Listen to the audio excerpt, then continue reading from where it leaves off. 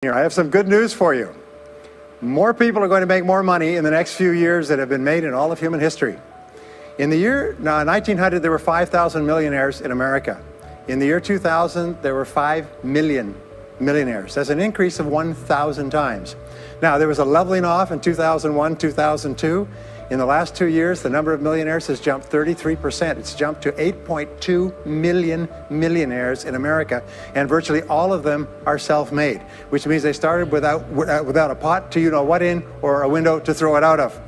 And they've made it in one generation. When we look at the wealthiest people in America today, Warren Buffett, Michael Dell, of course, Bill Gates, Paul Allen, and the Walton family, all first-generation multi-billionaires. We have a $12 trillion economy today that is growing at the rate of $500 to $600 billion a year, and all that money is going through somebody's fingers, and your job is to make sure it goes through yours and some of it sticks. Is that a good goal for today? And my job is to show you how to do it. The good news is that all the answers have been found. Self-made millionaires have been studied exhaustively. They've been analyzed. They've been interviewed by the hundreds of thousands and millions. And what we know is exactly who they are and what they do and how they think and how they tick and the decisions they make and the things that they do and they don't do. And the wonderful thing is this: if you do what other successful people do, you eventually get the same result that they do. Now, some people say, well, I started off without any money and I don't have any money now. Well, join the crowd. Nobody's got any money. Most people are broke up into their 40s and 50s. So if you're broke today, you're just one of the gang. The only question is, do you stay there? And the answer is no. Now, when I started off in this many years ago, I came from very poor beginnings. I did not graduate from high school. I finished in the half of the class that makes the top half possible. When I left school, I dropped out of high school. I could only get laboring jobs. I was told, by the way, if you don't get a good education, you won't do well in life. Don't get good grades, you won't get a good job. Don't go to college, you won't do well, and so on. And I believed that for a long time until I found there's hundreds of thousands, millions of people who dropped out of high school who went on to become millionaires and billionaires as well. The reason I say that to you, by the way, is don't let it hold you back. Don't let any experience that you've ever had in your life act as a brake on your potential, because there's hundreds of thousands of people who've had it worse than you could ever dream of, who've gone on to accomplish wonderful things. So, I worked at laboring jobs for several years. I worked in construction. I worked on farms and ranches. I worked in factories putting nuts on bolts hour after hour. And one day, in a state of frustration, I began asking this question: why is it that some people are more successful than others? Now, in the Bible, there's the line that says, "Seek and ye shall find, for all who seek findeth. Ask and the door will be open." So I began asking other successful people, what are you doing differently from me? And they told me, and I did it, and I got better results. I got into sales when I could no longer get a laboring job, like many of you. And in sales, I noticed that one of the guys in my company was making 10 times as much as anybody else, and he was selling the same product out of the same office at the same price to the same people under the same conditions, and he was making 10 times as much as anybody else. So I went and asked him, what are you doing differently from me? And he told me, and I did it. Now, what I discovered, which changed my life and which brought us here today, is I discovered the law of cause and effect. The law of cause and effect, sowing and reaping, action and reaction, is the great universal or iron law of the universe. What it says is that everything happens for a reason, is that there are no causeless effects, is that even if we don't know what is causing the effect, we trace it back. It's the basis of the scientific process, of all medical research, of all marketing, of all business, is if you can define an effect that you want, you can trace it back and find somebody who at one time did not have that effect, and then find out what they did, and then do the same things, and you eventually get the same results. We say that success is not an accident. Failure is not an accident. Success leaves tracks. So if you just follow the tracks of other successful people, no matter where you're starting from, you eventually get to the same place that they get. Well, this was a shocker for me, because, and I learned later in psychology, by the way, that one of the two most important things we need to have to be happy and healthy is a sense of control, a feeling that we are in control of our lives, that things are happening for a reason, and a sense of coherence, a feeling that things fit together.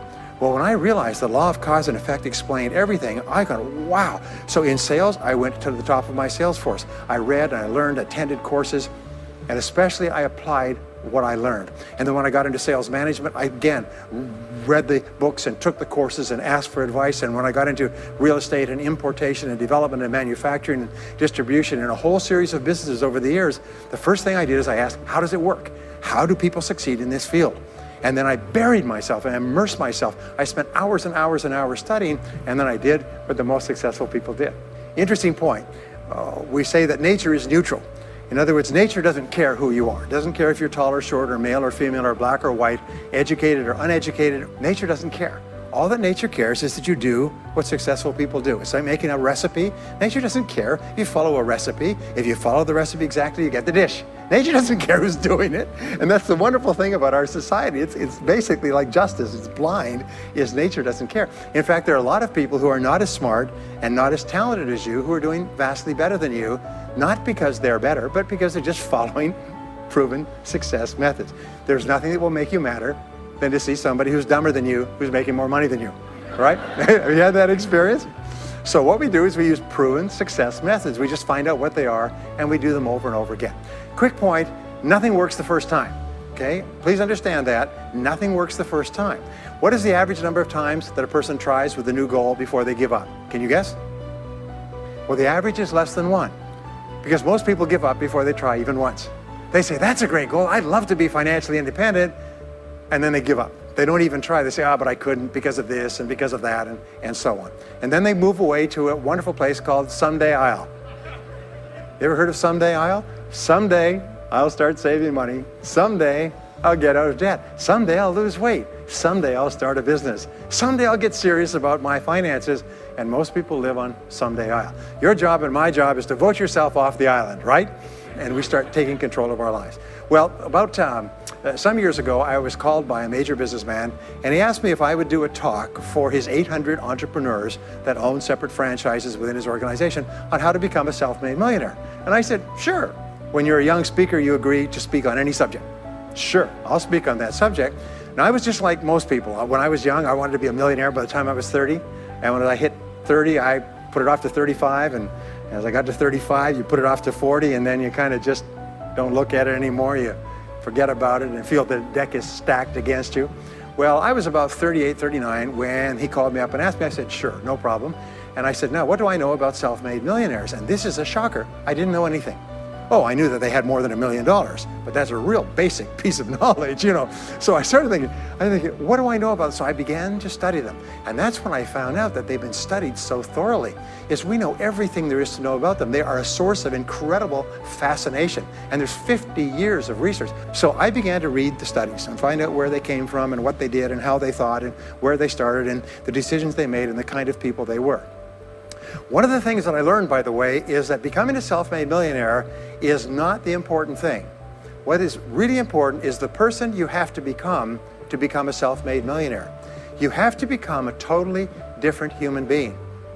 One of my friends says that in order to achieve something you've never achieved before, you have to become someone you've never been before. And it's a really important insight, is the qualities that you need to develop, qualities on the inside to become a self-made millionaire, are incredible qualities that make you a vastly better person. Not only better in terms of character, determination, discipline, decision-making, strength, and so on, but they make you a far better person. They round out your character in a far better way. So the real payoff of becoming wealthy is not because you can eat more, because how many more meals can you eat? How many more clothes can you wear? Because it's the kind of person that you become, and then the kind of people that you associate, the kind of life that you have. And so the things that we're going to talk about now, and I know that you're some of the smartest people in our country, so I'm going to give you these ideas very quickly, like dealing cards. What I found in my research is that there's a series of qualities that self-made millionaires have. If you have these qualities, your success is virtually guaranteed. And if you don't have these qualities, the qualities are learnable. Point number one is that all business or sales skills are learnable. All financial skills are learnable. If you can drive a car, you can learn any skill. If you can drive a car, you can learn the skill. Now, number two is you're probably only one skill away from doubling your income right now. You're probably only one skill away from setting yourself on the road to becoming a self-made millionaire. That turns out to be the case for almost everyone. And if you don't know what that skill is, maybe over the course of the time we spend together, it'll jump out at you. But whatever it is, you've got to find it out and go to work on it, because it is learnable. It's a learnable skill. People say, well, I've never been very good with money. Well, get over it. Fact of the matter is, you can learn what you need to learn to achieve anything that you want to achieve. So, the success secrets of self-made millionaires. Give yourself a score of 1 to 10, and if you are weak on one of these, it can be enough to hold you back.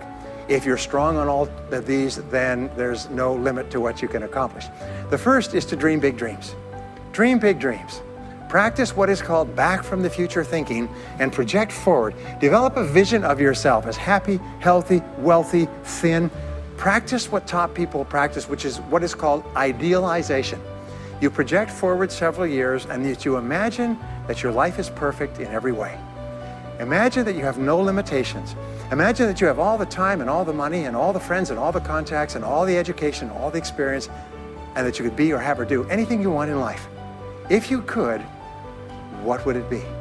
If your life were perfect in 5 years, what would it look like? How much would you be earning? How much would you be worth? What kind of a family life would you have? What kind of health would you have? What kind of car would you be driving? What would your life be like if you could wave a magic wand and make it perfect in every way? Now, what we have found is this is the starting point of great riches, and it's the starting point of great success in life, is for you to have a dream or a vision of a wonderful future. Here's an exercise that we give people in our audiences, is take a sheet of paper and make up what is called a dream list. Now imagine this is kind of like a kid's Christmas list, and that it just allows you to just run wild and just write down everything that you could think of that you could possibly want. I had a friend who I taught this to, and he got so excited about it, he bought a spiral notebook, and he began writing. And he'd go through the newspaper, and every single thing he saw in the newspaper that was nice, he wrote it down as a goal. He ended up, first time through, with 330 goals. With the end of the month, he had 500 things that he wanted. The interesting thing was that his life exploded. He activated the law of attraction, and he began to attract into his life people, circumstances, ideas, resources, insights that began to move him toward the accomplishment of the goals and began to move the goals toward him. Number 2 is to do what you love to do. Whenever you find people who are really successful in life, they're people who do what they love to do. They love their work. The great rule for success in life is to find something that you love to do and then find a way to make a living doing it. Now, when you find what you love to do, it'll be something that gives you energy, it motivates you, it enthuses you. It's probably something that you were meant to do from the time you were born. And when you ask self-made millionaires, what sort of work do you do? They'll often say, I've never worked a day in my life. I just do what I like to do. I had a graduate in my course once who came up to me and said, that's interesting. He said, when I was a little boy, I loved to study airplanes. He said, I got airplane books and I had airplane models and I had toy planes and then I got into competitions with remote controlled planes. He said, when I grew up and went to school, I studied aeronautical engineering. He said, today, I'm 35. He said, I own 3 companies. One builds a small aircraft. Another one repairs and services small aircraft. Another one is in leasing and chartering small aircraft. He said, I've never worked a day in my life. He said, I've just played with planes since the time I was a kid. So one of the things that you can do is go back to the time when you were young, as a child between the ages of 7 and 14, before you discovered boys or girls, and what is it that you really love to do? And you'll often find that within that is something you're supposed to do as an adult. Number 3 is commit to excellence. Now this is really, really important, and I had a hard time with this as a young man because I was never good at anything. I was never picked for any team, and if I was picked, I was the first person cut. I got lousy grades in every class. I got fired from multiple jobs. I even got fired from a job pumping gas once. Can you imagine that? Being fired for pumping gas because you're no good. They came out and said, you're no good at pumping gas. How can you be no good? Little old ladies can pump gas, and here I was no good at pumping gas. Anyway, so I got fired. I went from job to job, and then I discovered that all people who are successful are excellent at what they do. You know the old question they asked Willie Sutton, the bank robber, why do you rob banks? He said, well, that's where the money is. Well, being in the top 10% is where the money is. So what you have to do is you have to pay any price and make any sacrifice to get into the top 10% in your field. Now here's the good news. If you're doing what you love to do, you will want to be in the top 10% in your field. If you don't want to be excellent at what you're doing, it means you're in the wrong field. It just means that you're marking time, you're treading water. And there's a lot of people who are in their field and they do their job and they go home at night and don't think about their work and so on. And this kind of an attitude means that you have no future. You have a very shaky present. That crackling sound you hear is the ice breaking under your feet, okay? And you have no future, because if you're not doing what you love to do and throwing your whole heart into it, you're just marking time. But everybody is designed so that there is something that you love to do that you can do well. And the fact that you love it means that you probably have the ability to excel at it. So make this decision to get into the top 10%. And let me tell you what changed my life. Here I was struggling in my late 20s, and I learned this. It was a breakthrough thought, is that everybody's in the top 10% started in the bottom 10%. Everybody who's doing well was once doing poorly. Everybody who is at the top of your field today was once not even in your field at all and didn't even know it existed. What that means is that if you're willing to pay the price and work hard and make the sacrifices, you can get into the top 10%. Now, how long does it take? It doesn't take a week or a month. Most people are really impatient. To achieve mastery in your field takes 5 to 7 years. People say 5 to 7 years, geez, I'll be 5 to 7 years older before I start enjoying the big rewards. Well, how much older will you be in 5 to 7 years anyway? Now, here's an important point. Are you ready? The time is going to pass anyway. The time is going to pass. 5 to 7 years from now, 5 to 7 years will have passed. The only question is, are you going to be at the top of your field, or you're still going to be down there with the mediocre 80%? And the wonderful thing is, this is nobody's better than you and nobody's smarter than you. If anybody else is at the top of their field, it means that you can be at the top of your field. Just go to them and find out how they got there, because they started at the bottom. Now, it may take longer for some people and less for others, but everybody who puts one foot in front of the other and keeps moving eventually gets there. And that's where all the rewards are. And not only that, that's where all the joy in life is. When you're really good at what you do, you feel wonderful about yourself. You're respected and esteemed by everybody around you. You can write your own ticket. You can open any door when you're good at what you do, because you get up in the morning and you know you're good. And that is more important than the rewards that go with it. The next key is to develop your unique talents and abilities. Every single person is designed from infancy with special talents and abilities that, if you develop them to their height, can enable you to accomplish anything you want in life. Everyone is genetically structured to be able to do something superbly, to do something they enjoy, to do it well, and to get great satisfaction from it. Peter Drucker often asks the question, what are you good at? What are you good at today? What should you be good at? What could you be good at? What will you be good at? And so one of the questions that we ask is, looking back in your life, what has been most responsible for your success up to now? What has been most responsible in the past? What is it that you have done that has gotten you the best results? Because as we said before, success leaves tracks. And if you look back into your past, you'll often find indicators that guide you to your future. Do you remember that fellow that won $300 million in the lottery? He was a high school physics teacher. And they asked him what he's going to do with it. He said he's going to take a week off and then get back to work, because he doesn't want to give up his job teaching high school physics, because he loves his work so much. That is a person who's in the right place for him. And now he can just drive to it in a nicer car. Anyway, now the next key to becoming a self-made millionaire is to see yourself as self-employed. What we found is the top 3% of adults in our society see themselves as self-employed. They see themselves as in charge of their own lives. When I started off my career as a young man, I was 21 years old, working as a construction laborer, living in a one-bedroom apartment, broke, taking buses 2 hours every morning to get to work and buses 2 hours to get back. I still remember that, and I still remember a light going off one evening. I was sitting there in my little apartment, in my little kitchen alcove, and I suddenly realized that I was responsible, that I was in charge of my own life, that no one was coming to the rescue. And it was one of the great turning points in my life. So what you find is that all exceptional people are highly responsible people. They look upon themselves as self-employed. Sometimes I'll ask an audience, I'll say, how many people here are self-employed? And some people will raise their hand and some won't. I'll say, now what's the true answer to this question? And the true answer is that everyone is self-employed. The biggest mistake you can ever make is to ever think you work for anyone else but yourself. Even if someone else signs your paycheck for you all your life, the most valuable people in any organization are the people who treat the company as though it belongs to them. They see everything that happens as affecting them personally. They're not the 9-to-5ers, the no-hopers that say, yeah, well, I go to work, when I'm not at work, I don't think about my work. These people, somebody has told them that's a clever way to think. It's the way losers think.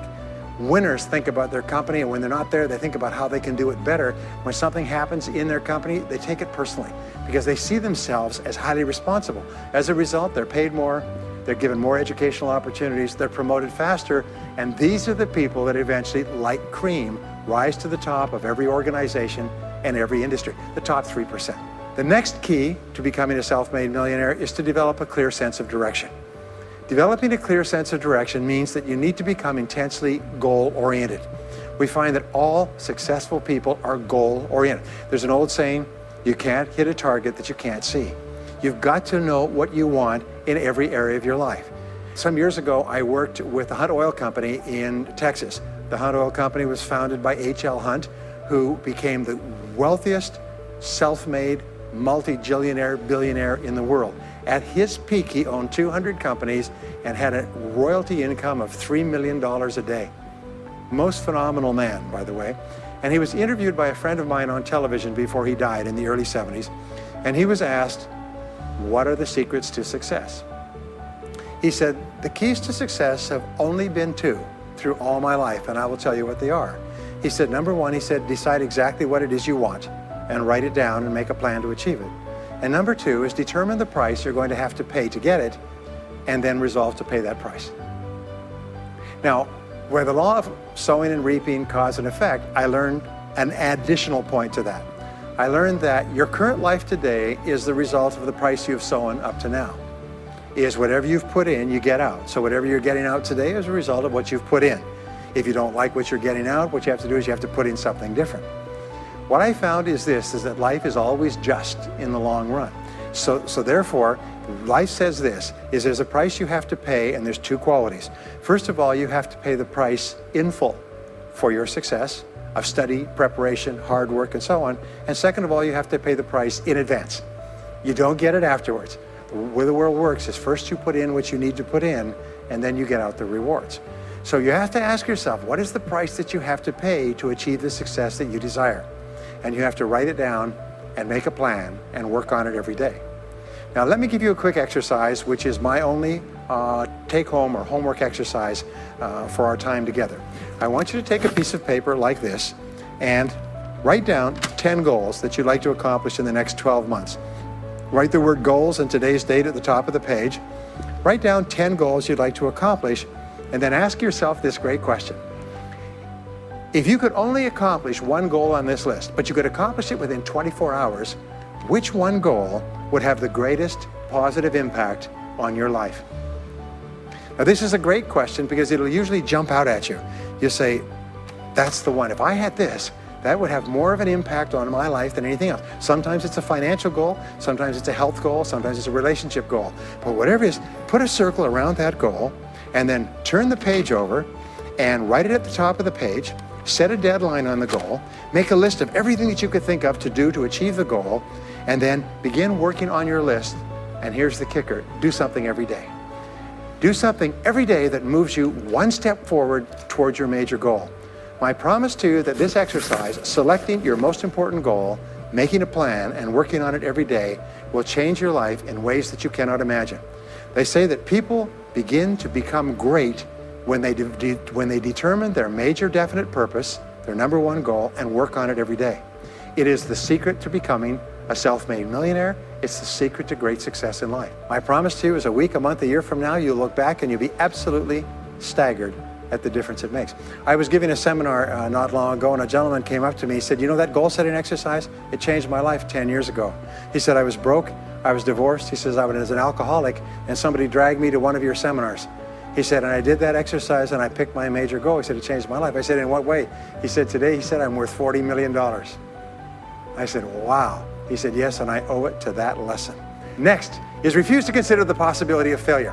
It's the most amazing darn thing is that the fear of failure is the greatest single obstacle to success in adult life. And it's not failure itself, because each one of you is a professional failure. Each one of you has failed over and over and over again. Isn't that true? All of us fail. All human beings fail over and over. 9 out of 10 things that we try don't work out the way we expected. We have failures in relationships and in jobs and in careers and investments and everything. It's not the failure that holds you back. The failure makes you smarter. We say that it is the fear of failure, not failure, that holds you back. And the way that you overcome failure is you never consider the possibility of failure. The rule is this, is there's no such thing as failure, there's only feedback. Is when you try something that doesn't work, you get feedback, not failure. And recognize that most things you try aren't going to work the first few times. So what you do is you say, oh, that's an interesting bit of feedback. And you pick yourself up and you move forward and you have more feedback and you move forward. To become a self-made millionaire, you're going to fail over and over again, year after year after year. But your brain has a cybernetic mechanism, which means that every time you try something, you get feedback, which makes you smarter. And when you try something else, you get feedback, which makes you smarter. And eventually you reach the point where you're too smart and you stop making mistakes. You start to do more and more things right and fewer things wrong. But you can't get there unless you have experienced the failures. Henry Ford once said that failure is merely an opportunity to more intelligently begin again. Now let me pass on one great rule to you, which has been discovered in interviewing self-made millionaires. Self-made millionaires look into every failure for something good. They say there's got to be something good in this that I can benefit from, and surprise, surprise, they always find it. Second is, self-made millionaires always seek the valuable lesson in every setback or obstacle or temporary failure, and they always find the lesson. Now, what do failures do? Failures whine and cry and think about what they've lost and blame their problems on someone else. Successful people say, what can I learn from this that will make me smarter next time? And my promise to you, those who seek find, is that if you go looking for a valuable lesson in the biggest problem that you're facing today, you'll always find the lesson. Here's another possibility. Your biggest problem today could be the biggest gift that you have ever received, because it may contain within it the lesson that will make you successful. If you stop thinking about what happened and who's to blame, and you start looking for the gift within your problem, sometimes it can transform your life. The next key is to dedicate yourself to lifelong learning. Now, what takes you from rags to riches is personal development, personal and professional development. In the 21st century, as Peter Drucker says, knowledge and skill are the keys to the 21st century. And the only thing that will be relevant, the only skill that will be relevant in the 21st century is the ability to learn new skills, because virtually everything you know is becoming obsolete at a rapid rate. Stephen Covey says that your current knowledge base has a half-life of 2 years, which means that half of everything you know will be irrelevant within 2 years. And 2 years from now, half more. So if you're not continually learning and upgrading your knowledge and skills, you're not staying in the same place. As Pat Riley says, the basketball coach says, if you're not getting better, you're getting worse. If you're not constantly learning, you're actually falling behind. So here are the 3 keys to continuous learning. Number 1 is read in your field 30 to 60 minutes each day. In other words, turn off the television, turn off the radio, put aside the newspaper, and just read in your field. The very best places to read, by the way, are books. Read books, the best-selling books written by the most successful people in your field, because books contain a wealth of riches that can enable you to function at a far higher level, to get much better results than you could before. So read 30 to 60 minutes a day. I've had people tell me, countless people over the years, that reading an hour a day has doubled and tripled their income within a year. The second thing you do is take every course that you possibly can. The courses and seminars that are available to you in your field that are given by professionals that are courses that have been developed over years and years and years. They have been tested and tested and tested. The person who is talking to you for several hours has spent thousands of hours learning their subject. They have dry tested this or done test runs with thousands of other people. When you take a course, you can learn enough information in 1 or 2 days, more than you could learn in 2 or 3 years or maybe even a lifetime, all distilled and put together. People say, I can't afford a course. You cannot afford not to buy books. You can't afford not to go to courses. Some years ago, I had a dentist, and he was a very successful dentist. I was recommended to me by a friend. And this dentist retired at the age of 53. And just before he retired, he sold his practice for about $2 million. Just before he retired, he told me why. He said about 8 years before, he had attended a dental congress in Hong Kong. This is from California. He'd flown all the way to Hong Kong to attend this International Dental Congress because there were specialists giving private lectures, sort of plenary sessions on the side. And he attended this session, and it was on a particular technique of cosmetic surgery that this dentist had developed that no one else knew, where you could basically straighten out a person's entire front jaw so they look beautiful at a very low cost, at a very high level of effectiveness. He came back and he began implementing this in his practice. People began flying from 500 to 1,000 miles away. Every dentist sent their families, members, and themselves to this dentist. He was able to charge whatever he wanted to charge. He said 8 years later, he retired as a self-made millionaire at the age of 53 to enjoy his money for the rest of his life from what he learned from one session at one convention at one course. Now, that is a true story, and maybe it's an exception, but you can never tell where the information is going to come from. The third way that you can upgrade your skills is listen to audio programs in your car. The average driver drives 500 to 1,000 hours a year, 25 to 50,000 miles. If you listen to audio programs in your car, according to the University of Southern California, you will get the equivalent of almost full-time university attendance just listening to learning material as you drive around. It can totally and profoundly change your life. Very, very important. Here's an interesting point. The more you commit yourself to becoming the best person you can be, the more you like yourself and respect yourself, the more energy you have, the bigger goals you set for yourself, the more you persist. When you invest in yourself and you read and learn and upgrade your skills, you're telling yourself, wow, I am a person with a great future, and it's up to me to maximize my potential. And your self-esteem goes up, your self-respect goes up, your sense of personal pride goes up, and you started to get promoted more and paid more in every part of your life. Well, the next is to develop a workaholic mentality.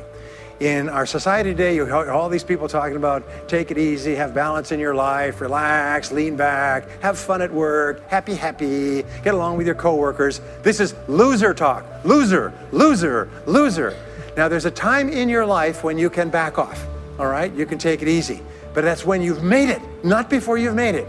Because before you've made it, you're in a competition with hundreds of thousands of millions of other people, like at the Olympics, who also want to make it. And in order for you to win, you are going to have to work harder and work better and work smarter than they do. So the rule is to develop a workaholic mentality. And what does this mean? It means that you start a little earlier, you work a little harder, and you stay a little later. Use what I call the 40-plus formula. The 40-plus formula says that working 40 hours a week gets you survival, and that's all.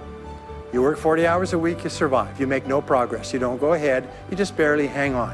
Every hour that you invest in your work or yourself over 40 is an investment in your future. So you can tell what your future is going to be with unerring accuracy by looking at how many hours over 40 you put in. Now, how many hours does the average self-made millionaire in America work until he passes the $1 million mark? 59.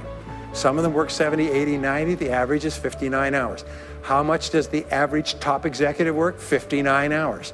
So that's rule number one, is the hours you put in over 40. If people say, well, my office is locked and I can't get in more than 40 hours a week, then good. Then spend the rest of the time investing in yourself, getting better at your work when you do it.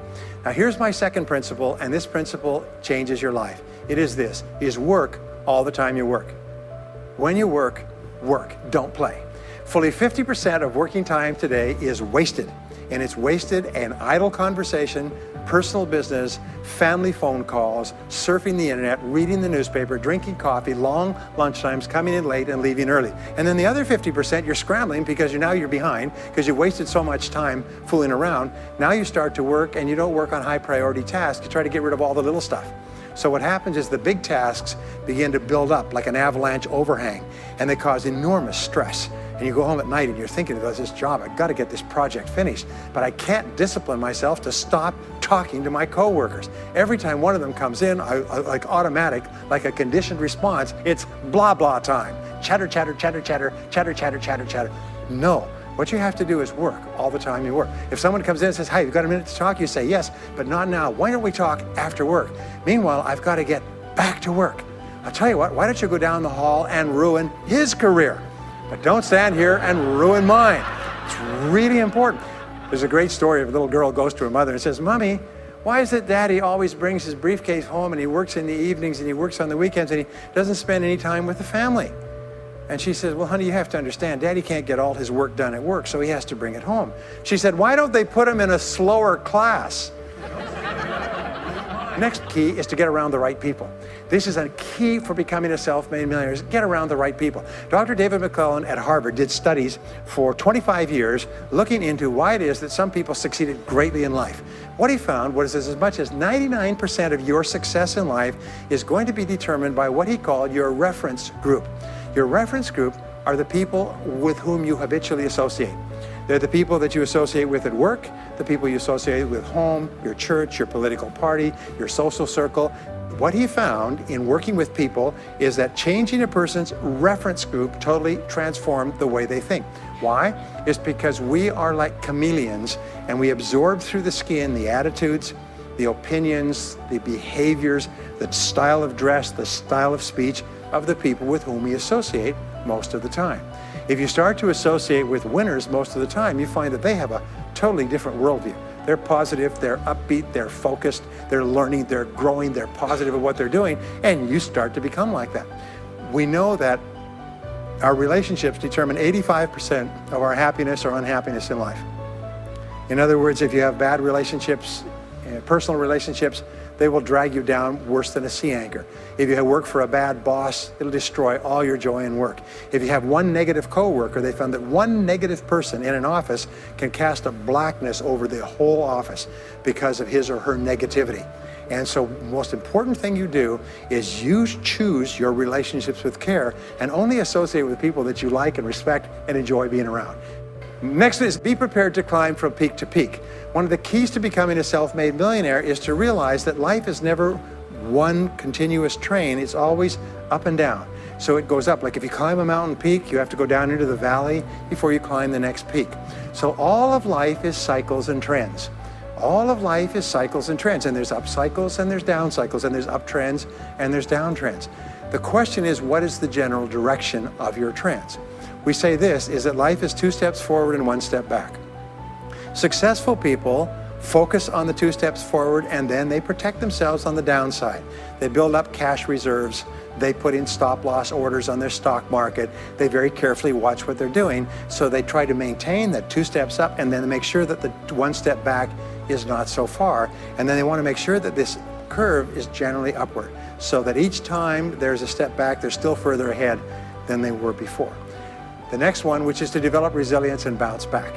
Developing resilience and bouncing back is one of the key qualities of self-made millionaires because, as I said right at the beginning, most things won't work. This is a very interesting point, is that you're going to be knocked down over and over again. And what we know, as my friend Charlie Jones says, is you have to bounce, don't break.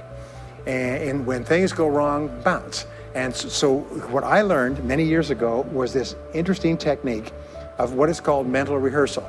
And mental rehearsal says that you mentally prepare for the inevitable downturns before they occur. So you say, all right, in the course of life, things are going to go wrong, but when they do, I'm not going to become upset.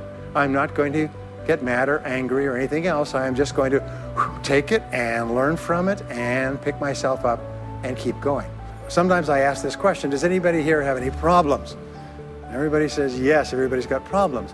Well, here's the rule, is all of life is a continuous series of problems. They never end. The problems just keep on coming, like the waves of the ocean. The only break in this unbroken series of problems will be the occasional crisis. So life will be problem, problem, problem, problem, problem, problem, crisis. Problem, problem, problem, problem, problem, crisis. It's like the waves of the ocean. 6 problems and a crisis, 6 problems and a crisis. Which means that everybody here is either in a crisis right now, has just gotten out of a crisis, or is just about to have a crisis. So what we have found is this, the hallmark of superior people, 30 years of research, is how you respond to a crisis. How you deal with problems and how you respond to a crisis. And what we have found is this, is superior people look for the solution to every problem. They don't allow themselves to become upset and angry. When something goes wrong, they say, okay, what's the solution? And they become intensely solution-oriented.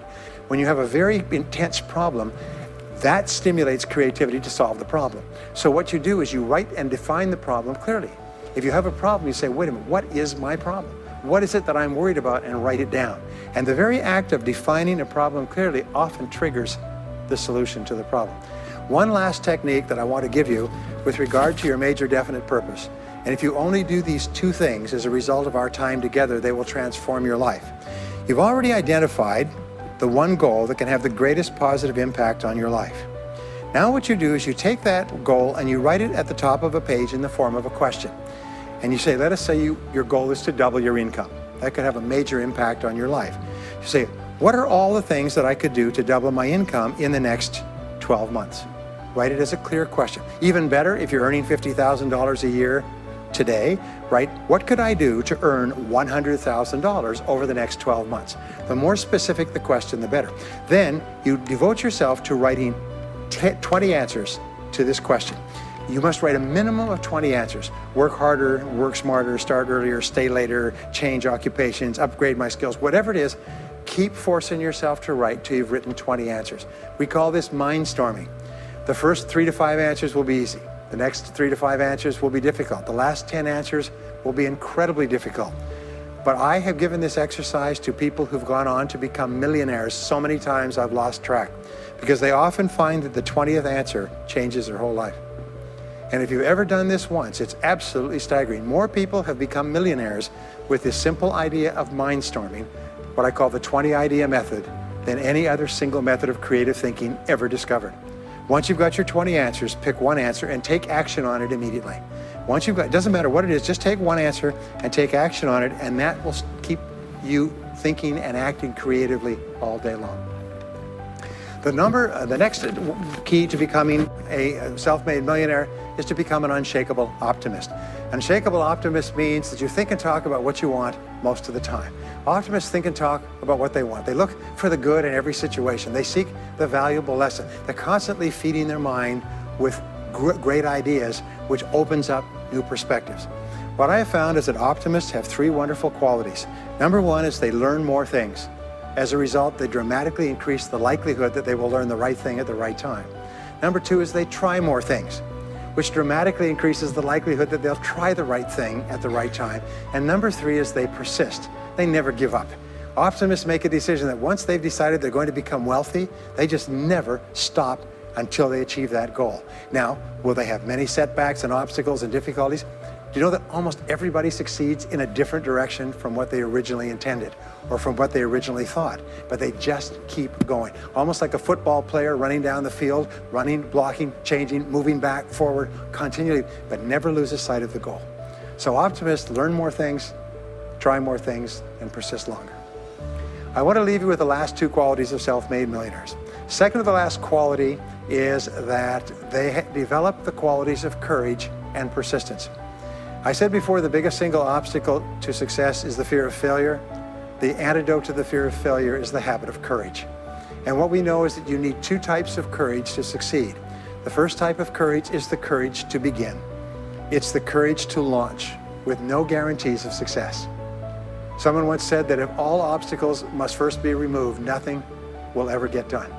So successful people are willing to think, plan, make decisions, and then take action with no guarantees. We say leap and the net will appear. Take action with no guarantees and then learn. The second part of courage is the courage to endure. It's the courage to persist. It's the courage to keep on keeping on. It's to make the decision in advance that you will never give up. No matter what happens, you will never give up. You will get knocked down over and over again, but you'll never give up. And the interesting thing is, if you make that decision in advance, you'll find yourself continually bouncing back. So courage means the courage to begin and the courage to endure. And the final quality of self-made millionaires, and Napoleon Hill called this the master key to riches.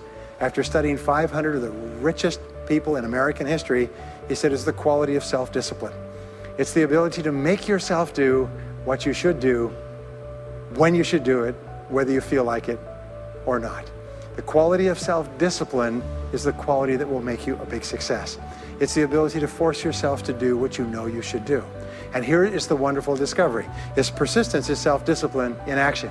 Every time you persist, you build your self-discipline. Every time you practice self-discipline, you build your ability to persist. And the two of them are tied into your self-esteem. So the more you persist, the more you like yourself. And the more you like yourself, the more discipline you have. And the more discipline you have in practice, the more you like yourself. As a result, the more you persist. And eventually you get onto an upward spiral where you become absolutely unstoppable. You reach the point where you know you can achieve the goal and nothing in the world can stop you. And every step that you take forward makes you stronger and stronger and stronger until finally people say, I know one thing about him, I know one thing about her. You cannot stop him or her. Once they decided they want something, they will not stop until they get it. And when you develop that quality, there will be nothing that is impossible to you. So let me just leave you with these last points. We're living at the very best time in all of human history. More people are going to make more money in the next few years than have ever been made in all of human history. More people are going to become millionaires and are becoming millionaires today at a faster rate than we've ever thought possible. And no one is better than you and no one is smarter than you. And if you do what other self-made millionaires do, then nothing in the world can stop you from eventually getting the same results as other self-made millionaires